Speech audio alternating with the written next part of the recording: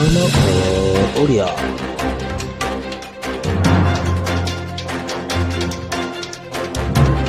ଗଞ୍ଜାମ ଜିଲ୍ଲା ବରଗଡ଼ ଥାନା ଅଧୀନସ୍ଥ ବଳରାମପୁର ପଞ୍ଚାୟତର ଅନ୍ତର୍ଗତ ଲଳିତପୁର ଗ୍ରାମରେ ଇଲେକ୍ଟ୍ରିକ୍ ଖମ୍ବରେ ଲାଗି ଜଣେ ମୃତ ବ୍ୟକ୍ତି ଜଣକ ହେଲେ ବନ୍ଦାଙ୍ଗୀ ପଞ୍ଚାୟତର ଅନ୍ତର୍ଗତ ସନୌତି ଗ୍ରାମର ଦିନେଶ ନାୟକ, ବୟସ 18, ପିତା ବାବୁଲା ନାୟକ।